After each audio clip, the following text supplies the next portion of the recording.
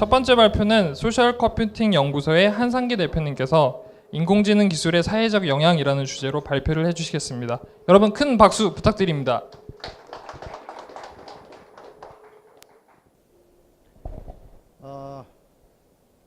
우리가 이제 이런 얘기를 할 때 강인공지능, 약인공지능 이런 얘기를 많이 시작을 해요. 근데 이 얘기가 저희가 전공한 인공지능에서 하는 얘기보다는 존 썰리라고 하는 철학자가 제기한 주제입니다. 단어죠. 그래서 정말 인간처럼 의식이 있고 자아의식이 있고 그 다음에 어떤 감정을 이해하고 이런 식의 수준의 인공지능 시스템들을 우리는 이제 강인공지능이라 얘기를 하는데, 지금 사실 우리가 얘기할 것들은 이 이야기는 아직도 시간이 많이 필요할 얘기예요. 그래서 그 반면에 이제 약인공지능이라고 하는 것들은 어떤 금융 문제라든가 뭐 알파고처럼 바둑의 문제라든가 아니면은 그 사진을 인식한다든가 이미지를 인식한다든가 음성을 듣는다든가 아주 특정한 도메인에서 인간만큼 또는 인간보다 뛰어난 어떤 능력을 보여주는 그러한 소프트웨어 시스템들을 우리 얘기를 합니다. 그래서 근데 그렇게 돼도 실제 우리가 지금 이러한 것들을 마주쳤을 때 생각할 문제들이 굉장히 많다라는 것을 오늘 말씀드리고 싶어요.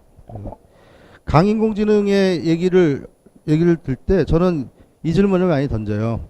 사실은 알파고 때문에 굉장히 지금 우리 사회가 좋은 분위기가 이루어진 것 같아요.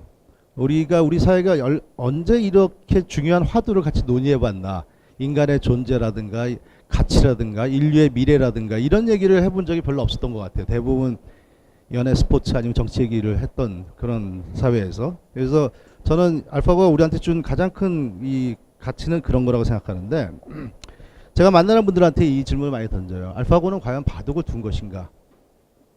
만약 질문을 던지면 대부분 조금 생각하시다가 그건 아니지 않냐라고 얘기를 합니다. 그러니까 알파고는 바둑이라는 문제를 굉장히 효율적으로 과거에 써왔던 우리의 여러 가지 알고리즘 방식을 동원해 가지고 인간을 능가하는 수준의 해결책을 만들어냈지만, 바둑은 누가 뒀죠?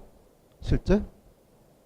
그 앞에 앉아 있었던 아자왕이라는 아주 유명한 프로그래머면서 유명한 박사가 실제로 뒀어요. 알파고는 출력을 했고, 그리고 바둑이라는 거는 굉장히 우리가 문화적인 그 가치가 있는 것이고, 같이 두는 사람들이 교류, 어떤 그 사람의 표정, 말, 때로는 알게 모르게 어떤 공간에서의 그 주고받음이 있어요. 인터랙션이.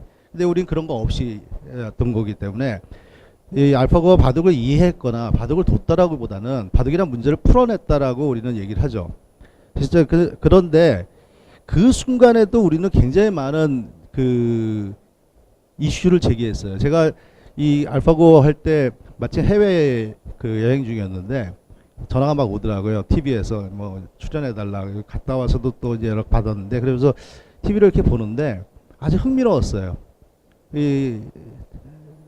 거기에 바둑을 많이 잘 두시는 분들이 나와가지고 해설을 하시면서 알파고가 지금 당황한 것 같습니다라든가, 알파고가 굉장히 장고에 들어갔습니다라든가, 저 실수한 것 같은데 어떻게 대응할지 뭐 궁금합니다 막 이러고 해요. 그래서 도대체 소프트웨어가 당황했다라는 건 뭐지?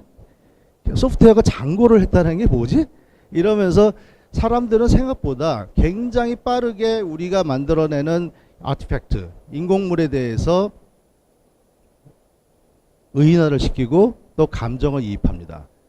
가장 대표적인 얘기가, 예전에 이건 심리학에서도 많이 연구를 했어요. 그 삼각형과 사각형에 돌아다니는 걸 이렇게 하면서, 제가 다른 글에서 썼지만, 영화 캐스트웨이 어웨이라는 영화를 보면 톰 행스가 뭘 갖고 놀았죠?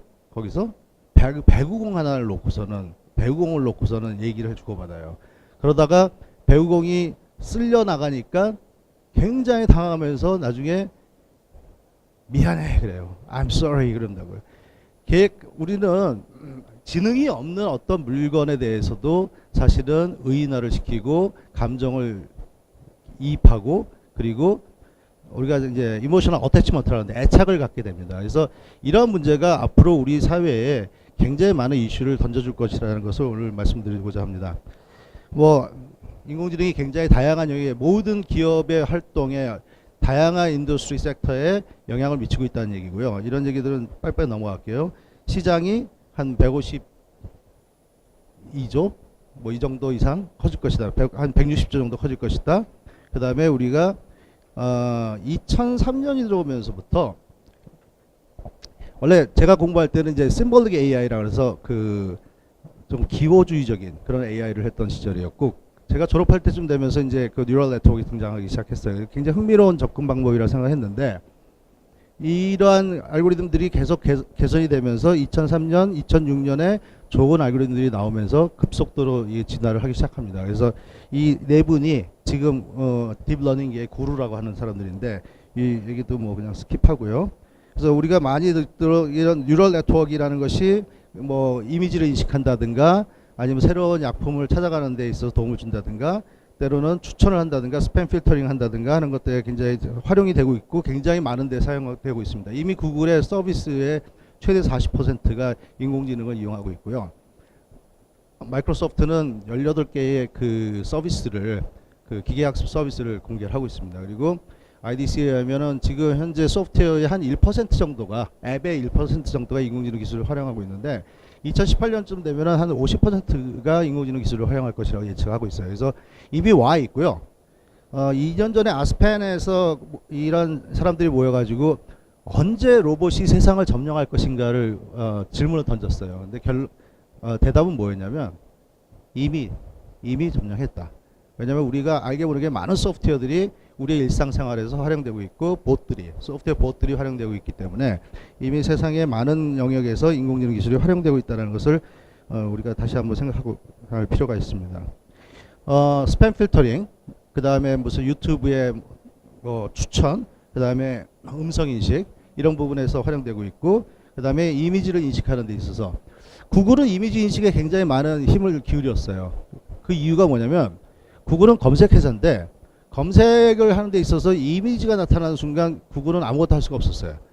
그동안 사람들이 거기다가 태깅을 해주거나 어떤 메타데이터를 해주거나 어떤 설명을 붙여주지 않으면 이미지를 인식할 수 없었기 때문에, 근데 사람들은 지금 엄청나게 많은 이미지와 동영상을 만들어내고 있거든요. 스마트폰 시대에는.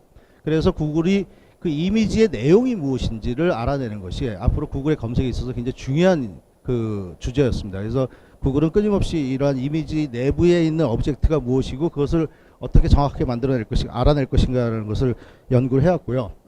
그 다음에 뭐 구글이나 페이스북이 얼굴 인식하는 것들 있고요. 그 다음에 또 흥미로운 게 여러분들 스마트폰에는 보통 뭐 작으면 한 2,000장, 많으면 한 10,000장의 사진이 있죠. 그리고 그것을 언젠가 내가 다 정리할 것이라고 생각을 해요. 근데 아무도 정리를 못해요. 그리고 여성분들은 10,000장의 사진의 50%는 자기 얼굴 사진이에요. 셀피죠. 근데 이 문제는 상당히 우리 일상에서 굉장히 고민스러운 문제였는데, 저도 한 3년 전부터 우리나라 스타트업들한테, 여기 딥캠프에 있는 애들 뭐 이런 친구들한테 이 문제를 한번 접근해 보자. 딥러닝을 이용해서 비슷한 어떤 장소나 비슷한 이벤트, 비슷한 상황에서 찍은 사진들을 모아주고, 또는 내가 이미 업로드 시킨 사진과 비슷한데 품질이 낮은 사진들은 따로 묶어주고 하는 것들을 해보자라고 제안을 했었는데, 그것을 이제 구글에서 구글 포토스라는 걸로 내놨고, 그 다음에 그 페이스북에서 모멘츠라는 서비스로 내놨고, 그 다음에 애플은 또 회사를 인수했어요. 그러고 나서 어떻게 나올지 이제 지금 지켜봐야 되겠습니다. 그래서 이런 문제를 푸는 거라든가, 최근에 버클리 대학에서 나왔던 해결책인데, 이 예전에 찍었던 이 흑백 사진에 맞는 컬러링을 자동으로 해주는 거예요. 이것도 과거에도 좀 있었지만 그건 그냥 단순 알고리즘에 의해서 있지만, 지금은 이러한 강아지의 그 색깔이 어떤 색깔이 이러한 빛의 밝기에서는 어떤 색깔이 나오는 게 맞다라는 것을 학습을 해서 그것을 해결해 줍니다. 우리가 여행 가서 찍은 사진을 보면은 이와 같이 굉장히 여기가 어딘지 금방 알 수 있는 사진인 반면에 찍긴 찍었는데 3년 전에 이게 찍었는데 이게 도대체 어딘지 모르겠어요. 이 사진의 위치가 어디라는 것, 지구상이 어디라는 것을 알려주는 플래넷이라고 하는 연구 결과입니다. 번역과 음성 통역이 이미 이루어지고 있고요. 스카이프에서 이루어지고 있고, 번역은 그동안 구글에서 통계적 방법을 하다가 최근에 뉴럴 네트워크를 이용해서 훨씬 더 개선을 하겠다라고 선언을 하고 최근에 파서를 만들어내고 이런 활동을 하고 있습니다. 그래서 통역 번역하는 사람들의 잡은 조만간 없어질 것 같습니다. 그러니까 적어도 뭐 소설을 번역하는 수준은 아니지만 어떤 공식 문서를 번역한다든가 하는 것들에 대해서. 그다음에 우리가 얘기 많이 하는 게 이제 자율주행 자동차죠. 자율주행 자동차가 모바일 디바이스로 인공지능 기술이 아주 압축해서 사용되고 있는, 그러니까 라이다에서 이렇게 보여지는 모습이라든가, 우리가 그 엔비디아 드라이브 칩을 이용해서, 그다음에 모빌아이라고 하는 알고리즘을 이용해서, 소프트웨어를 이용해서 바깥에 있는 물체들을 확인하는 작업들을 해요. 그래서 뭐 이렇게 얘기하다면 조만간 뭐 우리 주변에 자율주행 자동차들이 막 돌아다닐 거라고 생각하는데, 그렇게 되는 게 쉽지 않을 겁니다라는 얘기를 오늘 좀 말씀드립니다. 미국에서 예측은 2030년 정도 되면은 완전 자율주행 자동차가 나올 수 있을 거라고 하고 있고, 볼보는 조만간 그 중국에서 실험을 하면서 모든 사고의 책임은 볼보가 지겠다, 뭐 이 정도로 자신을 갖고 얘기를 하고 있어요. 근데 앤드류 융이 최근에 기고했던 글인데, 앤드류 융은 누구냐면은 그 스탠포드 대학의 그 AI 교수였고, 구글의 구글 브레인 프로젝트를 이끌었던 사람이에요. 근데 지금은 바이두가 스카우트 해가지고 바이두에서 일하는 사람인데, 아직도 우리가 자율주행 자동차를 현실화시키는 데 갖고 있는 문제점들이 많이 있다라는 걸 제시를 해요. 본인이 거기에 관여했던 사람으로서. 첫째는 뭐냐면 굉장히 어려운 일기, 뭐 비바람이 몰아치고 눈보라가 굉장히 치고 안개가 깊이 이렇게 깔린 날에는 아직까지 자율주행 자동차가 원활히 활동을 못합니다. 물론 그 부분은 기술적으로 해결이 될 거예요. 이미 실험실에서는 해결을 하고 있는 상황이고, 두 번째, 자율주행 자동차 데모를 보면은 뭐 굉장히 멋있어요. 굉장히 뭐 이렇게 공사장을 보면 막 피해가고 막 이런 장면들이 막 나옵니다. 근데 실제로 아직도 못하고 있는 게 뭐냐면, 우리 공사장 가면은 안내원이 서가지고 서라, 뭐 가라, 뭐 이쪽으로 가라 이런 제스처로 표시를 하잖아요. 이거 아직 자율주행 자동차 인식 못합니다. 실제 그 길은 인식을 하지만 사람의 제스처를 인식할 수는 아직은 못해요. 곧 하겠죠, 그런 부분들은. 그 다음에 도시의 구조가 굉장히 많이 바뀌어야 돼요. 자율주행 자동차가 되면 신호등이 필요한 것인가라는 문제가 있어요. 또 한 가지는 이제 그 이번에 구글 자율주행 자동차가 처음으로 사고를 냈어요. 그동안 사고가 좀 있었는데 대부분 사람이 테이크오버 했다가 냈던 사고였는데, 이번엔 자율주행 자동차가 스스로 사고를 냈어요. 그 사고가 뭐였냐면, 그 가다가 앞에 장애물이 등장을 했습니다. 그래서 얘가 처음으로 끼어들기를 했어요. 그 놀라운 끼어들기 신공을 발휘하면서 차선을 바꿨는데 버스가 오고 있었어요. 당연히 자율주행 자동차는 굉장히 합리적으로 그 버스가 이렇게 가면은, 자기가 들어가면은 버스가 속도를 늦춰줄 거라 생각했죠. 버스를 우습게 본 거죠. 그래서 버스랑 이제 그 충돌 사고가 났는데, 그 얘기는 뭐냐면, 지금 필요한 거는 이 도로상에 존재하는 많은 오브젝트들, 사람 또는 버스 또는 어떤 뭐 물체들이 어떻게 움직일 것인가를 예측할 수 있어야 돼요. 만약에 그래서 제가 이제 버스에 대해서 학습을 시키려면은 서울에 갖다 놓고선 한번 시키면 서울의 버스를 다 감당할 수 있으면 아마 굉장히 능력이 뛰어나질 거라고 생각합니다. 방콕에서, 베이징에서 돌아다닐 수 있다면은 아무리 혼잡한 도로 상황에서 할 수 있을 거라고 생각하는데, 이런 거를 아직 못해요. 우리가 차를 몰고 가다가 앞에 미국의 경우라면 그 아이스크림 트럭이 있다 그러면, 저기에는 애가 있을 거고 애가 뛰어나올지 모르겠다라고 우리는 판단하고 그것을 긴장해요. 근데 현재는 어떤 수준이냐면, 저기에는 아이스크림 트럭이 있다라는 것까지만 아는 거예요. 그것이 있기 때문에 그 상황에서 무슨 일이 벌어질 것을 추론하는 능력은 아직까지 없어요. 아직 해결해야 되는 문제들이죠. 근데 우리가 도로주행을 하다 보면은 실제로 그러한 일들이 굉장히 많이 활용이 돼야 되거든요. 우리의 판단이. 그래서 이런 부분들이 아직까지 그래서 어렵고, 그래서 일반 도로에서 자율주행 자동차를 보는 것은 아직도 시간이 좀 더 필요할 것이다. 실험적으로는 많이 할 거예요. 그래서 지금 구글은 다니면서 뭐라고 했냐면, 자율주행 기술을 어떻게 할 것이냐 문제가 아니라 그 문제는 이제 넘어섰고, 이 도로상에 있는 다른 존재들의 움직임과 행동 패턴을 학습을 하고 있어요. 쟤네들은 어떻게 하고 있는가. 그래서 제일 먼저 쉬운 거는 아마 고속도로의 장거리 트럭 운전이 될 거라고 생각합니다. 고속도로 장거리 트럭 운전이 돼야 되는 이유는 이 산업적으로만 본다면 미국의 장거리 트럭 운전사가 170만 명이에요. 그런데 그 거기 장거리 트럭에 그 들어가는 운송 비용의 75%가 인건비입니다. 그걸 운영하는 회사 입장에서는 그 인건비를 줄이려고 하는 거죠. 24시간 아무 문제 없이 돌아다닐 수 있는 그 트럭이 필요한 거죠. 그래서 일부 자동차 회사들은 이미 그쪽으로 많이 신경을 쓰고 있습니다. 소셜 미디어에 대해서도 우리를 더 깊이 알아야 되기 때문에 하는 거고요.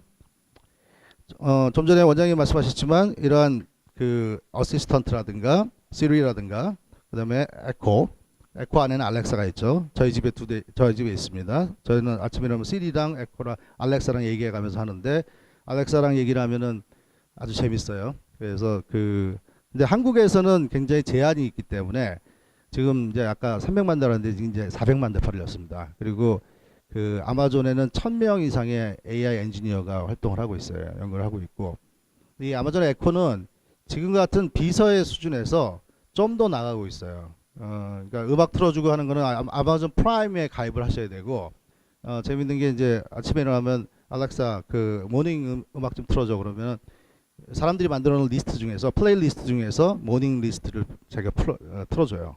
그리고 스무드 재즈 틀어줘 그러면 스무드 재즈만 모아서 틀어주고 그러는데 기본적인 질의응답하는 건 당연한데 얘네들이 외부에 있는 서비스와 연동을 하기 시작을 했습니다. 그래서 우버 좀 불러줘. 너는 그 던킨 아니면 도미노 피자에서 피자 좀 주문해줘. 이런 것을 해요. 그러면 앞으로 어떤 시대가 되냐면 이러한 어시스턴트가 버추얼 어시스턴트들이 다른 데에 있는 어시스턴트나 챗봇하고 얘기를 합니다. 우리 주인이 도미노 피자 시키는데 도미노 피자에는 어떤 애가 있냐면 돔이라는 애가 있어요. 돔이라는 애가 실제로 주고받으면서 내 주문을 수행할 수 있는 거죠. 그게 비서죠. 피자 좀 시켜줘 그러면 시켜야 되는 거지. 일일이 선택하게 하고 이런 게 아니라 내가 좋아하는 것을 알고 학습하고 그걸 따라서 진행할 수 있는 시대로 가고 있습니다. 그래서 여러 회사들이 챗봇을 만들고 이것을 메신저 플랫폼에다가 집어넣기 시작을 해요.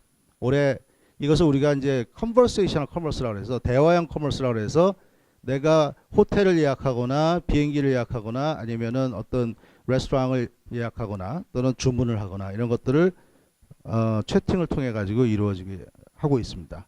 그렇다고 해서 이것이 굉장히 뛰어나지는 않아요. 아직은 지금 시도적으로 하고 있는 데들에 보면은 아직까지 제약과 제한이 많이 있고 콜센터를 대신하고 있고 이러고 있지만 결국은 제로 버튼 눌러 가지고 오퍼레이터를 바꿔달라고 하는 걸로 갈 수밖에 없는 어떤 제약이 있는데 이게 이제 페이스북의 M이라고 하는 메신저 에이전트를 발전시켜서 이제 그 챗봇을 만들었고 이 이유가 뭐냐면 우리가 SNS 사용자보다 메신저 사용자가 더 늘어나고 있기 때문에 그래요. 그리고 또 그다음에 이제 제가 아까 말씀드린 대로 구글 어시스턴트가 이와 같이 다양한 외부 서비스와 연동을 해가지고 내가 필요로 하는 것을 얘기하면 구글이 갖고 있지 않더라도 또는 아마존이 갖고 있지 않더라도 그들과 연계해서 내가 원하는 타스크를 실행을 해준다는 것이 이제 이 영역에서의 큰 변화입니다. 따라서 이들이 또 다른 생태계를 만들어낼 거예요. 근데 이렇게 되는 이유가 뭐냐? 이거를 우리가 좀 이해를 해야 돼요. 우리가 채팅을 하는 게 더 불편하지 않겠어? 라고 생각하는 사람들이 이제 그 아저씨들이고 실제 밀레니얼들은 그러니까 18세에서 24세의 아이들은 어려서부터 채팅을 기본으로 해서 성장한 애들이에요. 얘네들은 사람과 직접 대면해서 말을 하는 거에 부담을 느낍니다. 그래서 직장에서 밥 먹으러 갈 때도 카카오톡으로 옆에 앉은 애하고 밥 먹으러 갈래? 하고 가자. 어디 먹으러 갈까? 이렇게 얘기해요. 위에 상사들이 보면 뭐하는 짓거리냐 니네들은 옆에 앉아서 그러는데 걔네들은 말을 통해서 얘기하는 것에 대해서 부담이 있어요. 제발 좀 그 위 상사들이 젊은 신입사원들 불러놓고 우리 얘기 좀 하자 그러지 마세요. 걔네들은 얘기하는 것 자체가 힘들어요. 속마음 털어놓고 얘기 좀 하자. 왜 힘드냐면 이게 저커버그도 이걸 발표하면서 콜센터랑 음성으로 얘기하는 게 싫다라는 거예요. 그런 사람들이 있다. 제가 아마존 알렉사하고 얘기하는 건 좋은데 우리 집사람하고 얘기하는 거 싫어요. 부담스러워요. 그거 왜 그러냐? 감정이 실려야 되고 실제로 그것을 해석하는 데에 여러 가지 상황들이 부담이 돼요. 근데 컨시스턴트 하지도 않고 내가 전화했는데 저희 집사람도 외국에 있기 때문에 매일 전화를 해야 되는데 목소리가 이상해요. 그러면 이 상황을 어떻게 내가 해석해야 되지? 막 이러고선 뭐 이런 부담감이 있어요. 근데 이런 에이전트들은 그런 게 없거든요. 그리고 채팅으로 하는 경우에는 항상 동일하게 대응해 줄 수 있고 내 감정을 실리지 않아도 되기 때문에 이것을 연구하는 사람이 그 셔리터크 교수, MIT 셔리터크 교수라고 심리학과 인류학을 하신 분인데 이분의 책을 보면은 지속적으로 이런 사람들이 이런 아이들이 어떻게 지금 성장하고 있는가. 우리나라에서는 외로워지는 사람들이라는 걸로 번역이 됐던 Alone Together. 근데 최근에 Reclaiming Conversation 이거는 이제 이 문제를 좀 해결해 보자라는 이제 입장에서 쓴 책입니다. 그래서 이런 세대가 변하기 때문에 이런 일들이 벌어진다는 것을 좀 이해를 하셔야 돼요. 챗봇을 만들어 놓고선 50대 아저씨들이 쓰기를 바란다는 거는 그거는 잘못된 판단이라고 생각합니다. IBM에서 뭐 이따 오실 것 같은데 코그니티브 컴퓨팅 그 왓슨에 대해서 열심히 하고 있고요. 헬스케어 하고 있는데 생각보다 4, 5년 됐는데 결과가 그렇게 만족스럽지 않다는 얘기가 흘러나오기 시작하고 있어요. 생각보다 의사들도 생각보다 성과가 그렇게 대단하지 않을 수 있다라고 얘기하고 있고 뭐 얼마 전에 보도됐죠. 러스 인텔리전스 캐나다 회사인데 러스 인텔리전스에 법률 자문하는 기능을 넣어가지고 이것이 뭐 변호사 회사에 취업했다라는데 약간 좀 뻥이고요. 실제로 그냥 이용하는 거고요. 네. 항상 보면 기사들이요 굉장히 부풀려져요. 그리고 굉장히 멋진 신세계를 얘기하는 경우가 많은데 저는 그렇지 않다고 생각합니다. 아직도 갈 길 멀고요. 할 일 되게 많이 있습니다. 물론 어떤 영역에서는 굉장히 효과적으로 활동되고 있는 데들이 많이 있어요. 핀테크와 같이 연결해서 이 금융 서비스 쪽에 활용되고 있는 거, 로보 어드바이저, 그다음에 크레딧 스코어링 하는 문제들, 뭐 프로드 디텍션 하는 것들 이런 거에는 많은 성과가 있습니다. 이제는 창작의 영역에 들어오고 있다는 게 또 한 가지 이슈죠. 창작. 그래서 소설을 쓰고 시를 쓰고 기사를 쓰고 그림을 그리고 작곡을 합니다. 이게 누구 그림이죠? 딱 보면 우리가 알 수 있죠. 렘브란트 그림이라고. 렘브란트 그림. 근데 이거는 렘브란트가 그린 게 아니에요. 마이크로소프트의 인공지능 소프트웨어가 렘브란트 그림들을 다 분석을 해가지고 이런 남자의 그림을 그려줘 그랬더니 그림을 그렸고 이것을 3D 프린터로 프린팅을 해가지고 렘브란트의 붓터치를 그대로 흉내를 냈어요. 여러분 이건 렘브란트가 살아난 거나 다름이 없을까요? 고흐나 아니면 실제로 그 뭐 미켈란젤로까지 흉내낼 수 있다면 그러면 이러한 작품에 대해서 우리는 예술성을 어떻게 얘기해야 될까요? 그러니까 발터 베냐민이 그 사진복제 시대의 예술성에 대해서 우리가 논의를 했는데 그게 20세기 초의 얘기라면 지금 우리는 인공지능 소프트웨어가 만들어내는 창작물에 대해서 예술성이 있는 것인가에 대한 논의를 해야 되고요. 또 한 가지는 저작권의 이슈가 생깁니다. 저작권은 모든 저작권은 인간의 창의성과 감정을 기반으로 만들어지는 저작물에 대해서 돼 있어요. 인간한테 주어지는 거예요. 근데 이러한 인공지능 소프트웨어가 만들어낸 창작물, 음악이라든가 또 여러 가지 디자인일 수도 있고, 실제로 웹사이트도 만들고 있고요. 그 다음에 이제 그림이라든가 이런 것들에 대한 소설, 이런 것들에 대해서 어떻게 저작권에 대해서 논의를 할 것인가. 일본은 작년부터 논의를 시작을 했어요. 이런 문제들에 대해서 저작권의 범위를 좀 넓힐 필요가 있는 것인가 라는 거죠. 근데 대부분은 아직까지 반대하는 입장이에요. 인간이 아닌 존재에 어떤 저작권을 줄 것인가. 그렇게 된다면 강아지가 마음껏 그린 거를 갖고서는 굉장히 천재적인 모습이라 그래서 저작권을 줄 필요가 있을 것이냐라는 얘기를 한 거죠. 근데 얼마 전에 구글이 만들었던 딥드림이라고 하는 소프트웨어가 그린 그림 20점이 팔렸어요. 돈을 받고 팔았어요. 20년쯤 뒤에 가면은 최초의 인공지능 그림이라 그래서 아마 상당히 비싼 가격에 팔릴 가능성도 있을 수 있죠. 저는 사실 얘네들한테 제일 관심이 많습니다. 소셜 로봇. 집안에 있을 지보, 페퍼, 그 다음에 다양한 뭐 더 버디 이런 것들이 우리 가정에 들어올 가능성이 되게 많습니다. 이 가정에 들어오게 되는 이유는 하나는 혼자 사는 사람이 늘어나는 거, 또 하나는 노인 세대. 우리가 돌봐줘야 되는 돌봄이 필요한 세대들이 많아진다는 거예요. 제가 시간이 많으면 여기에 대해서 한없이 얘기할 게 많은데 그래서 벌써 이들이 갖는 이들과의 관계에서 우리가 어떤 인터랙션을 할 것이냐는 거하고 이들이 갖는 권리에 대해서 생각을 할 필요가 있는 것인가라는 얘기예요. 이게 MIT에 있는 교수가 이제 시작을 했는데 비유는 이런 거예요. 우리는 지금 집에 있는 강아지를 두드려 패면은 처벌받습니다. 그렇죠? 30년 전에 강아지 두드려 팼다고 그래서 경찰이 와서 잡아가면 이상한 놈이었죠. 이상한 경찰이었죠. 근데 세상이 그만큼 사회적 가치와 기준과 이 법률이 따라서 바뀌고 있어요. 그러면 30년 뒤에는 지나가다가 저 로봇이 째려보는 게 마음에 안 들다고 두드려 패면은 그것이 그냥 재물 손괴죄가 될까요? 아니면은 로봇에 대한 폭행이나 아니면 학대죄가 될까요?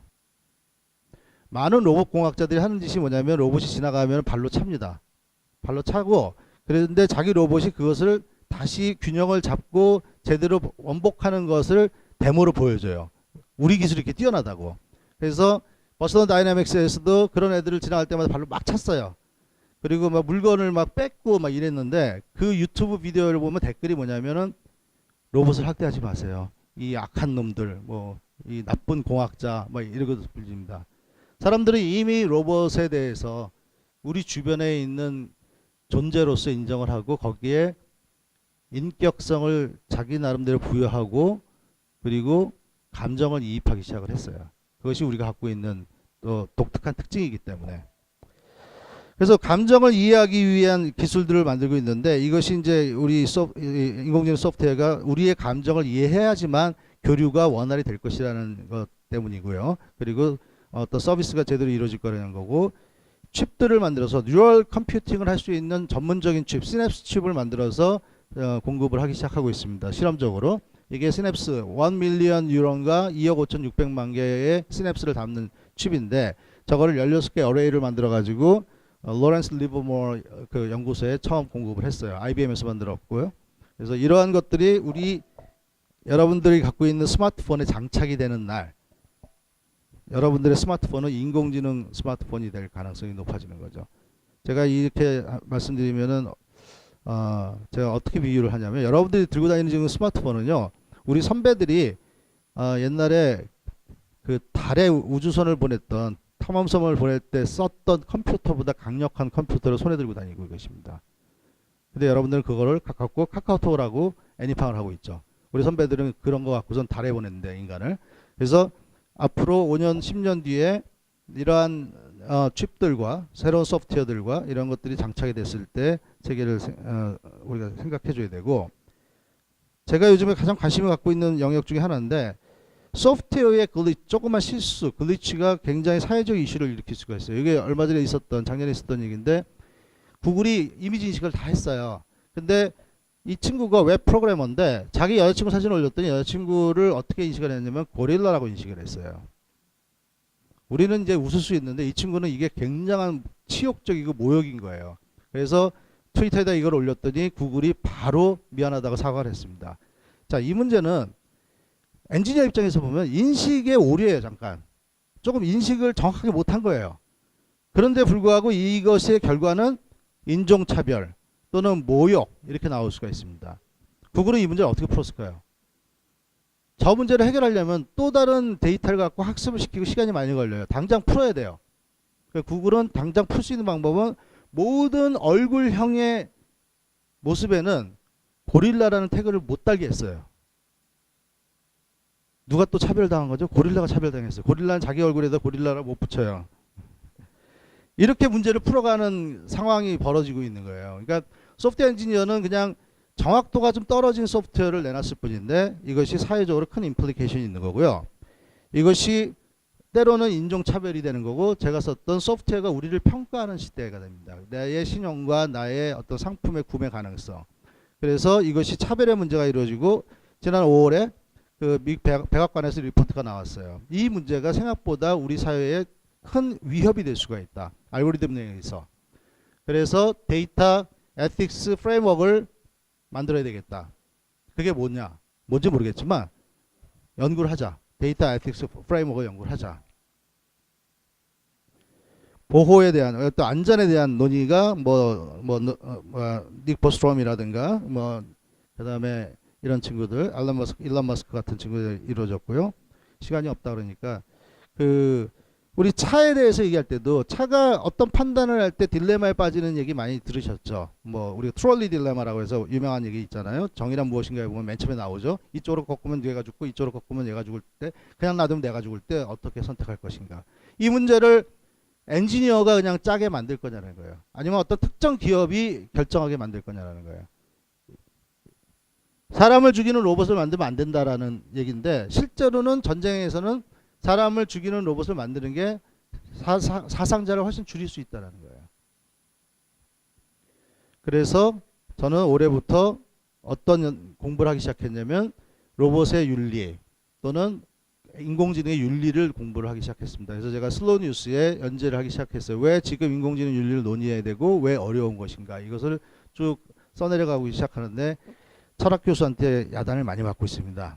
윤리학도 제대로 모르면서 이런 허튼 짓을 하냐. 근데 누군가는 얘기를 시작해야 될 것 같아서 제가 글을 쓰고 철학 교수가 한번 읽어주고 코멘트 해주고 그리고 다시 또 수정하고 이런 작업을 하고 있어요. 그래서 전산학과 나와서 인공지능 전공한 제가 지금 에틱스를 이만큼씩 책을 갖다 놓고선 지금 아리스토텔레스부터 시작해서 칸트, 헤겔 지금 넘어가고 있습니다. 인공지능의 사회적 권리. 그래서 지금 이미 캠퍼스와 쇼핑몰에 돌아다니는 로봇이에요. 안전을 위해서. 지금은 위험한 상황이 발생되면 본부로 연락해서 경찰이 출동하게 합니다. 그런데 정말 위협적인 상황이 벌어진다고 쳐요. 누가 총기를 들었거나 칼을 들고 휘두르고 있어요. 그럼 이 로봇이 제압을 해야 될까요? 전기 충격기를 하거나 아니면 뭔가를 해야 될까요? 말아야 될까요? 우리는 이 사회적 문제에 이제 대답을 하기 시작해야 돼요.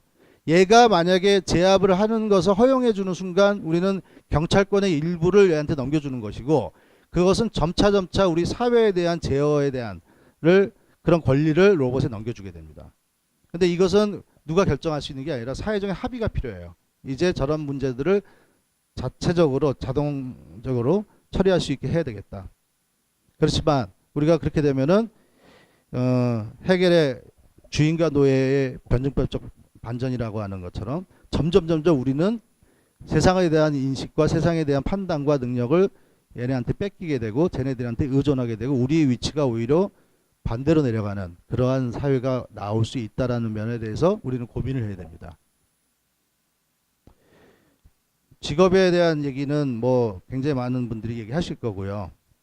저는 이 사진 하나 보여줘요. 이게 아마존의 물류창고예요. 아마존의 물류창고인데 사람 어디 있죠? 여기 한 명 있어요.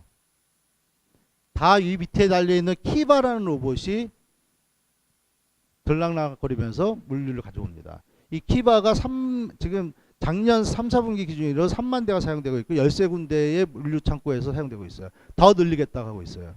사람은 더 이상 이제 필요가 없습니다. 사람은 Human need not apply라는 책이 나왔죠. 사람은 필요하지 않다. 사람은 지원하지 마세요라는 뜻이에요. 더 이상 사람은 필요 없어요. 왜? 정확하지도 않고 불편하고 굉장히 짜증내고 감정에 휘말리고 이런 문제가 있어요. 왜? 사람이 이걸 하면요, 사람이 이걸 찾을 수 있게 모든 물류의 위치나 이런 것들이 사람의 시각과 사람의 판단에 맞춰야 돼요. 근데 키바는 자기네들이 다 할 수 있기 때문에 아주 자유롭게 올려놔도 돼요. 그래도 어디에 있는지 다 찾아가요. 얘네는. 좋은 뜻이 아니라 이렇게 굉장히 위협적인 상황이 이미 벌어지고 있다는 겁니다. 이미 아디다스가 공장 다시 독일로 가겠다. 이제 중국에서 필요 없다. 이런 문제들이 다 이렇게 나오는 거죠. 이제 우리 지식을 다운로드 시킬 수 있는 거를 연구를 하기 시작했고, 이렇게 되면은 이제 우리와 일반인과 증강된 사람들의 관계가 생기고요. 제가 어제도 이 강의를 하면서 말씀드렸는데, 이렇게 자동화가 되고 편리해지는 것을 우리가 즐기는 순간 그 편리함과 자동화 때문에 누군가는 직업을 잃어나가기 시작한다는 걸 우리는 알고 있어야 돼요. 우리가 ATM 기계에 가서 편하게 돈을 찾는 순간 은행 창구에 있는 사람은 직업을 잃게 되는 것이고요. 그래서 이런 문제를 우리가 어떻게 서로 얘기해 가면서 풀어갈 것인가, 어떻게 하면은 이런 소프트웨어들이 마음대로 우리를 평가하는 것을 막을 것이고, 어떻게 하면은 합의의 하에서 이러한 것들이 우리 사회에 진입하게 할 것이고, 어떻게 하면은 가정에서 있는 로봇이 우리와 사이좋은 사이가 될 수 있게, 그 관계에 대해서 우리는 어떻게 준비하고 대비해야 될 것인가에 대해서 이제 논의를 해야 됩니다. 그렇지 않으면 정말 엄청난 로봇이 나타나지 않더라도 아주 작은 기능을 갖는 것들이 우리 주변에 있으면서 굉장히 많은 사회적인 이슈를 일으켜 나가기 시작할 거라는 것이 제 생각이고, 그것에 대해서 오늘 말씀드리고자 했습니다. 감사합니다.